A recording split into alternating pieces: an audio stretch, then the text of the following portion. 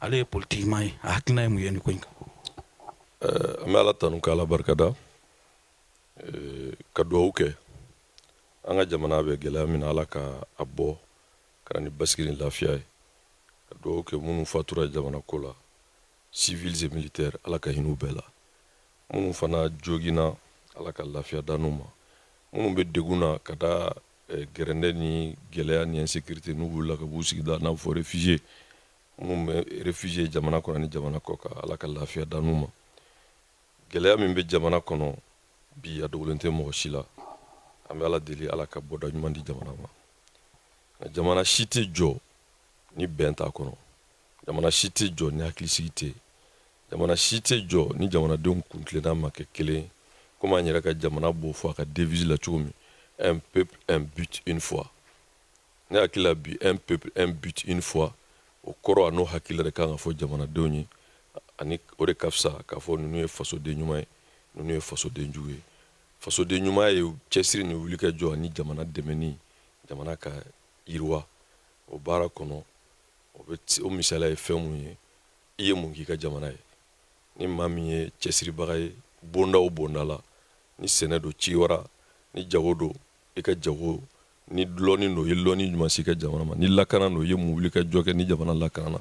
ni politiki fɛɛrɛ don i ye baara jumɛnw boloda min bɛna ni politiki hakilila ɲumanw ye ni jamanadenw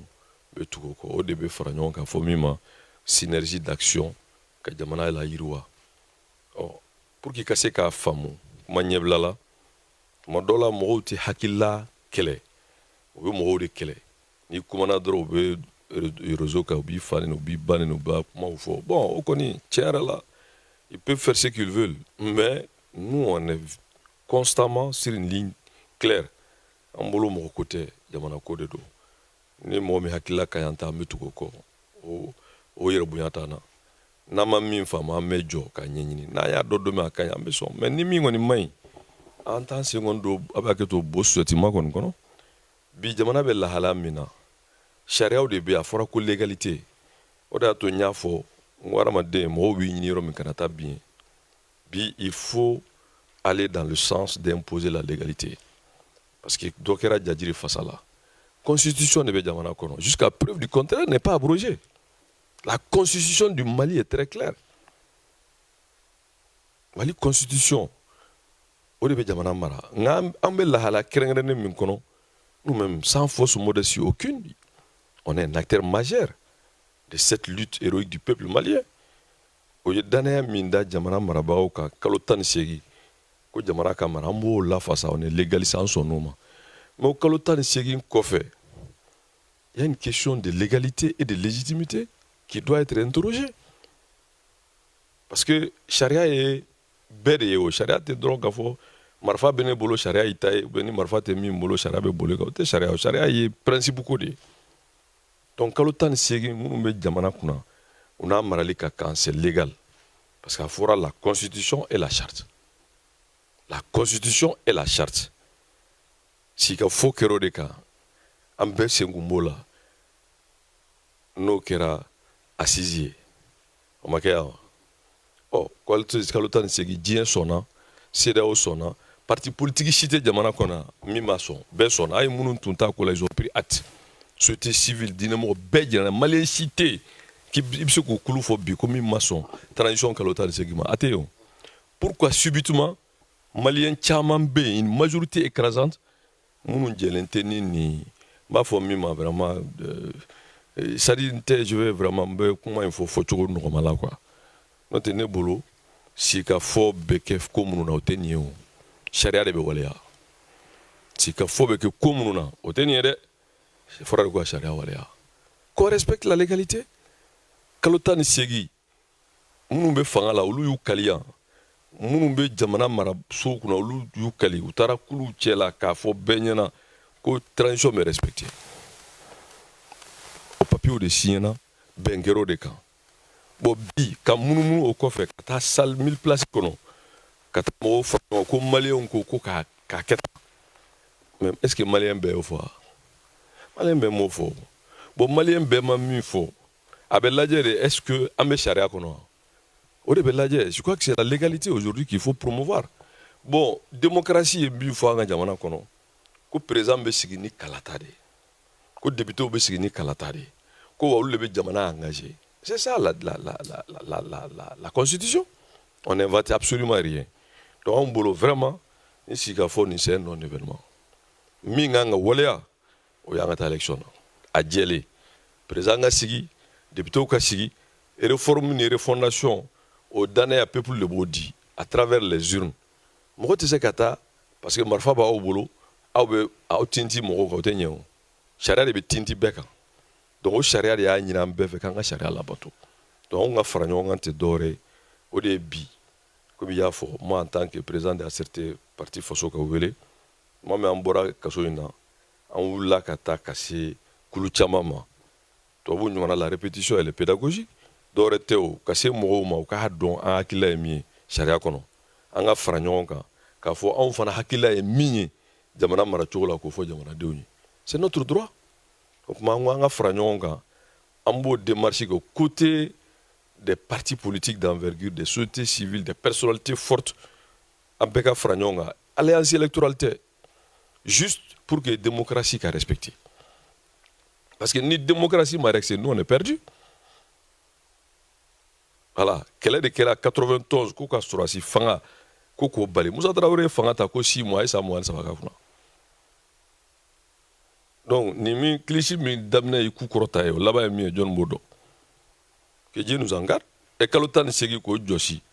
ka munumunu ka taa 1000 places la ko ka taa san 5 di aw ma aw yɛrɛ ni ala cɛ hakili bɛ sɔn o ma san 5 bɛ d'aw ma ni dalu jumɛn ye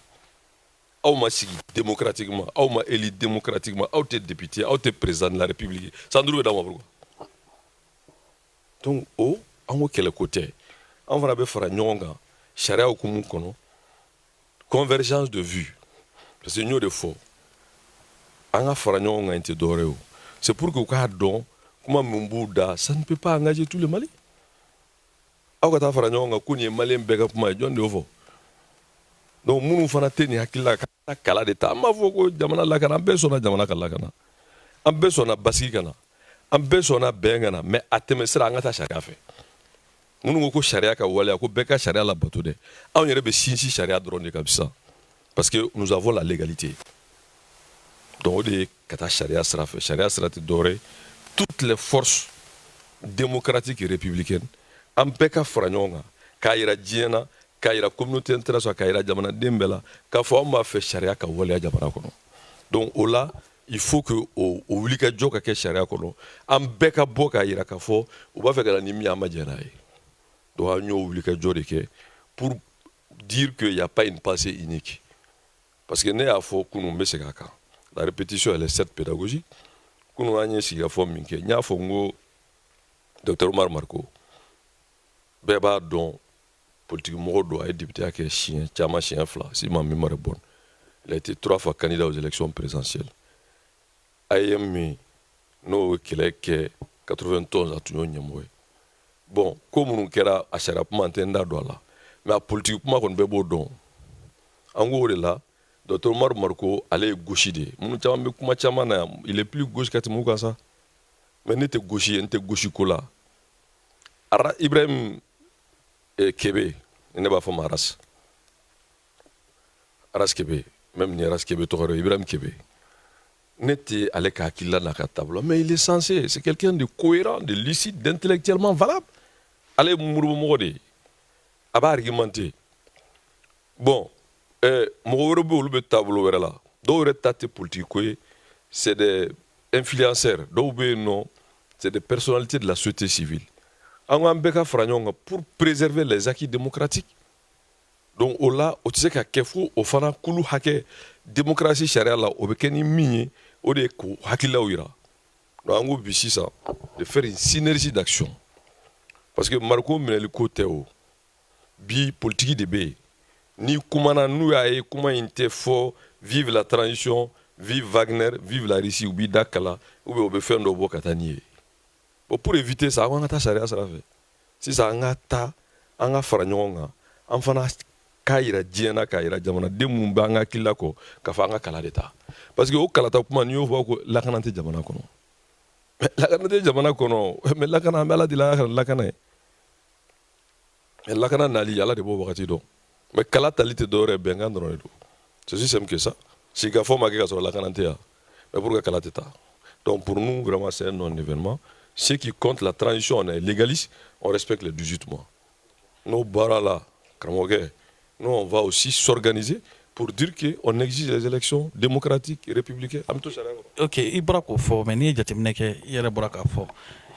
kalo 18 bɛɛ b'a dɔn k'a fɔ collège électoral kun kan ka convoquer yani février sera ka bɔ parce que an bɛ janvier kɔnɔ kalo kura ye février a yira k'a fɔ kalata kɔni a tɛ se ka kɛ février kɔnɔ bon ni 18 mois nin sera aw yɛrɛ fɛ proposition jumɛn de bɛ se ka kɛ pour que an ka se ka bɔ impasse parce que kalata tɛ se ka kɛ bon prolongation fɔra aw bɛ jɛkulu min na an y'a yira k'a fɔ prolongation ko tɛ yen ko donc ko ka taa kalata la collège dun ma organisé février dun sera aw yɛrɛ fɛ est ce que issue de sortie bɛ min tɛ prolongation ou bien n'a kan ka prolonger aw yɛrɛ fɛ acteur min bɛ olu de kan ka bɔ ka na ni mɔgɔ wɛrɛ hakilinata ye jumɛn ye a la. Moi, je suis dans un regroupement. Mbo démarche là, donc, je l'ai dit, je le répète, je suis dans la cour des grands. Oba wajibi en Gambie, comment en kake jamaka pumai. Sigafo benake, labon bena sabati. Au kulubam nous no befranya, no yemi fa, mais tout sera fait. Parce que jamana ko de do. On y politique nyamowe. Politique ɲɛmɔgɔ wɛrɛw bɛ yen kulu wɛrɛw bɛ yen an ko k'a bɛɛ fédéré k'a bɛɛ fara ɲɔgɔn kan ni o hakilila bɛnna min kan n'o bɛ kɛ mémorandum de ye wa o bɛ kɛ gafe de ye wa o bɛ kɛ wulikajɔ de ye sariya hukumu kɔnɔ an bɛ n'o kɛ donc moi personnellement en tant que président de ACT faso ka wele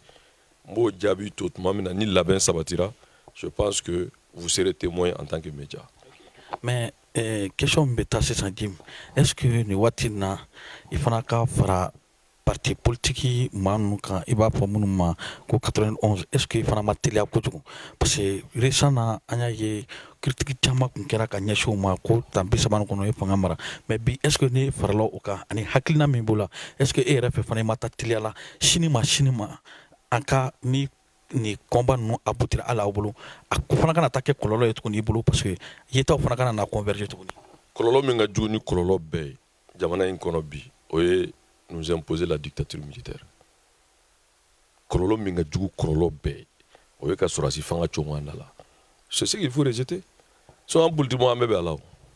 parce que marifa t'anw bolo bere t'anw bolo c'est l'argument contre argument mais marifa b'i bolo i tɛ se ka sɔsɔ o ye balawu de ye o ce qu'il faut rejeter donc pour nous bi il faut revenir à la démocratie. Mais parce que récemment i kun y'a jira k'a fɔ nin sɔrɔdasiw de ye solution ye politique mɔgɔ dɛsɛra mais bi qu'est-ce qui a réellement changé. Mais n y'o de fɔ n ko ni fɛn min dira kalo 18 a bɛ évaluer de o kalo 18 mun dilara an bɛ maliyɛn de mun dilara an y'o de fɔ on ne va pas nous pousser à la faute mun de dilara ni kalo 18 dir'i ma ko min na foyi ma dilan e bɛ mun wɛrɛ ɲini tugun faut partir. En tant que parti politique solution jumɛn de bolo mais aw ɲɛ b'a la issue favorable jumɛn de bɛ se ka sɔrɔ nin waati in na pour que consensus ka se ka sɔrɔ jamana ka se ka taa ka se ka bɔ nin ko in na. Je fais une technique de journaliste. J'ai dit, je suis un peu arrimé, excusez-moi. Ngo, on me coule de kono. Formellement, cadré, je vais adhérer. Parce que déjà, on est en pourparlers très avancé. On met la forme. Nous, de fongo, cadré ou on me collectif, maintenant, nous, Djibaba, Kunana, les refanaïs, be cadré, parena, be activité fait au collectif pour sauvegarder les acquis démocratiques au Morema au CDR au parti Mounumbe au association Mounumbe au personnalité Mounumbe au Dambe Nyuma ni Dine Nyuma ni Hakila Nyuma Fonfembe c'est-à-dire qu'en Berega Franyonga n'amben Hakila Klemina Nyofo oye le respect de la démocratie qui est conforme à la constitution au Coréoumie en a ban sur la Sifangama en nation qu'on nous impose la dictature militaire et notre marfa mumbu bolo note ou bega minga bseka peut pas se faire donc en a bauma en ta kalata la parce que kalata est argument ko de yo ni e bora e ko ni nye fanga soro mais Wagner wele mais Russie wele nga programme ni ngo nale na be chinois wele ngo be israël wele ngo ne ko j'aime bien la France, j'aime la culture française, j'aime la gastronomie française, j'aime le parfum français, j'aime le CFA, j'aime le euro ne ba fo français mi ma yango boala min ka yanga je ko ke ne ta nga jamana ne y'o fɔ min ko a ta ye Turki ye min ko ayi ale t'o si la ale bɛ contre ni sanɛ na a ye fanga di yan n bɛ segin n bɛ na nin n bɛ n ban Faransi ma n bɛ n ban nin bɛɛ la n bɛ nin de kɛ ni jamanaden fanba ye danaya da min kan o de ça veut dire o de ye jamana ka hakilila ye o c'est ce qui est légitime parce que démocratie ça tranche quoi mais ni démocratie tɛ jamana b'e bolo a marifa b'i bolo a wari b'i bolo ni min ma sɔn article bɛ ta o kama mais on s'en sort pas il faut sortir de ça. Est-ce que dalen b'a la k'a fɔ dans cette situation fana ni élection kɛra ni jaabi min bɔra bɛɛ bɛna se ka sɔn a ma. Non, démocratie là, c'est ça le principe démocratique. Même misaliya d'i ma, Ala ka hinɛ Sumala Sise la. Quand IBK son premier mandat, il a gagné, personne qu'il a gagné. Sumala yɛrɛ ma wuli ka taa féliciter. Kuma yira la. Au san 5 kɔnɔ IBK ye jamana ma malgré les difficultés qui a pu le contester. Démocratie ka nɔgɔn ni gagné na i y'a kɛ min sɔrɔ même si c'est 52%. Tɔ in sariya de ko ko bɔ i bɛ to a kɔ parce que hali majorité sɔrɔ san 5 kɔnɔ n'a ɲɛna 5 wɛrɛ bɛ d'a ma n'a ma ɲɛ élection wɛrɛ bɛ kɛ mɔgɔ wɛrɛ bɛ bila a nɔ na o de don donc armée ka baara ye de ka jamana de lakana ka jamanadenw lakana sous l'autorité politique élue démocratiquement o de démocratie ye o an bɛ se ka tɛ se k'o kuma fɔ a kuma mun kɛra mais an tɛ mɔgɔ neni an tɛ kuma jugu fɔ mais il faut que maliyɛnw fana ka sɔn o de ma maintenant minnu bɛ k'a fɔ ka politique mɔgɔ dɔw y'a kɛ tan mais entre nous,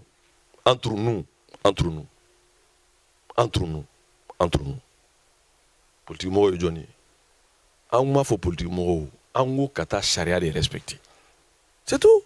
maintenant ni sariya ye fanga di mɔgɔ min ma i nana i jɔ jamanadenw ɲɛkɔrɔ ne b'a fɛ ka kɛ président ye ni ne kɛra président n bɛ nin kɛ o y'i ka projet de sauter nin fana y'o fɔ mais ni jamanadenw y'a di min ma ça veut dire que jamanadenw de danaya da o kan ka sɔrɔ i ma karaba i ma tagati don salle kɔnɔ c'est ce que nous avons dit c'est tout. an bɛ se k'an sigi ni mun ye Goodluck ka nali la ani nin waati in na an y'a ye Goodluck a yira k'a fɔ ale bɛ na. a taara o bila TikTok kan. dɔw y'a bila. ne ko fɛn min y'i la taa kaso la tu n'as plus besoin de revenir sur ça o tɛ siran tɛ o mais mes propos sont sur les réseaux je vais pas revenir sur ça vraiment ne tɛ n da don o kuma la parce que non. Ni nali, je m'en tiens au communiqué. Jamana famaw de willa u ka u taara baro min kɛ u yɛrɛ ni ɲɔgɔn cɛ ko ka san 5 d'u ma mais ne ka faamuya la ni jamanadenw comme ils le disent comme n y'a mɛn u ka propagandekɛlaw da ko CEDEAO ka misɛn mais n'a ye san 5 di aw yɛrɛ ma ko le pays est souverain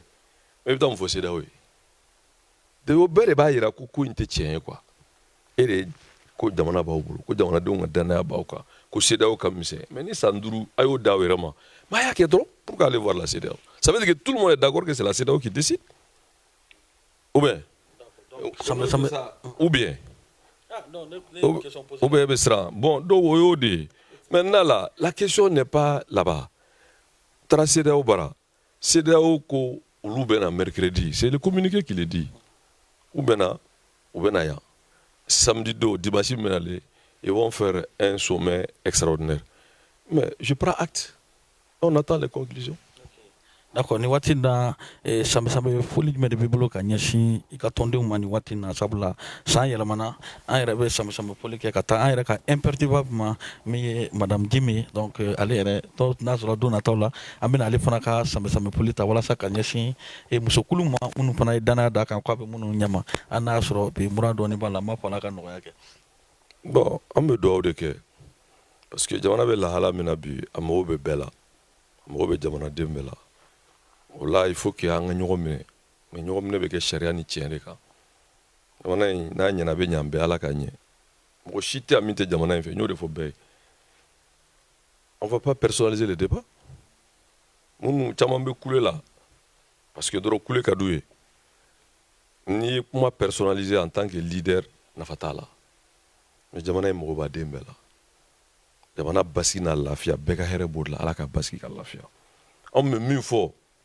fanga bɛ minnu bolo bi u ka jamana sariya respecter jamana basigi ni jamana lafiya kama on ne peut pas passer en force c'est pas possible ka jamana denw lajɛ ka jamana ka intérêt lajɛ jamana basigi ni jamana lafiya an bɛɛ mago b'o de la bras de fer nafa t'a la passer en force ça ne passera pas ko ka kɛ ni kodo a ka kɛ ni hakilima a ka kɛ ni bɛn ye jamana ka hɛrɛ bɛ min na an bɛɛ k'o kɛ an ka don da fɛ pour le bonheur de notre pays. Donc an bɛ min fɔ sanbɛ sanbɛ la o de ye ala ka hakili ɲuman di bɛɛ ma, ala ka jamana basi, ala ka jamana lafiya, et que nous restons nous-mêmes. On est un pays démocratique, laïque et républicain, un peuple, un but une fois. O de ye jamana ɲɛ, o de y'a déviser. Un peuple, un but une fois. I tɛ se k'o fɔ, jamana tɛ se k'o fɔ ka dɔw kɛ fasoden jugu, o tɛ se ka kɛ o. Donc bi, qu'on revient aux fondamentaux, à la légalité, bɛɛ ka sariya labato. N'o kɛra jamana bɛ lafiya. Donc an bɛ ala deli, ala ka basigi kɛ. Au nom de ACRT, an bɛ maliyɛn bɛɛ fo, jamana kɔnɔ ni jamana kɔ kan. An bɛ tunkarankew fo, an bɛ jamanadenw fo, an bɛ ACRT tɔnden a cɛ n'a muso fɛn o fɛn bɛ fan bɛɛ an b'u bɛɛ fo. Mɔgɔ mɔgɔ fana b'a fɛ ka don ACRT la, an y'o de fɔ, a bɛ an ka secrétaire général wele, an ka procédure c'est très simple. O de ye i bɛ demande d'adhésion kɛ, i bɛ yɔrɔ min na i b'a fɛ ACRT ka sigi, an bɛ taa valider. Parce que anw ye les bureaux fictifs là, on n'est pas dedans. On veut des gens et des hommes de conviction. Et je profite de votre micro que très récemment, ni ala sɔnna ni wagati n'an sera ka nin baara in kɛ n'o ye ka jama fara ɲɔgɔn kan, an bɛna don an seko damayira, an bɛ se ka taa yɔrɔ o yɔrɔ ka taa jamanadenw kuma ɲɔgɔnya anw ka hakilila ye min ye faso jɔko la, bonya kɔnɔ, karama kɔnɔ, sariya kɔnɔ. Parce que pour nous, il n'y a pas d'alternative à la démocratie. C'est pas possible. Cogoya tɛ yen. Donc an ka sɔn démocratie ma. Sɔrɔsiw ka labɛn kɛ u ka taa jamana lakana, politikimɔgɔw ka labɛn kɛ u ka fanga ɲini, minnu bɛ députéya ɲini u ka wuli ka a ɲini jamanadenw fɛ k'u bɛ député ɲini. Lakana tɛ yɔrɔ min an ka sigi k'a lajɛ an bɛ bɛn format ɲuman kan. Et n'o tɛ lakana tɛ an bɛ sɔn n'o ma, mais lakana tɛ o bɛ se ka fanga to i bolo wa? C'est ça la question fondamentale. Donc ala ka hakili ɲuman di bɛɛ ma. An bɛ média b'a laban ni média ye de toute sensibilité. Il n'y a pas de mauvais et bons médias. On respecte les sensibilités de tous les médias. Parce que le débat contradictoire n'est pas mort. Mais Bekita fo ni jamanaden fanba dara min o ka tugu kɔ. Donc an bɛ média bɛɛ fo u ka wulikajɔ n'u ka cɛsiri la. Ala ka 2022 kɛ hɛrɛ jamana ye, basigi ni lafiya. Ala k'an ka jamana kisi, k'an ka jamana tanga. Vive le Mali, vive la République, vive la démocratie. Je vous remercie.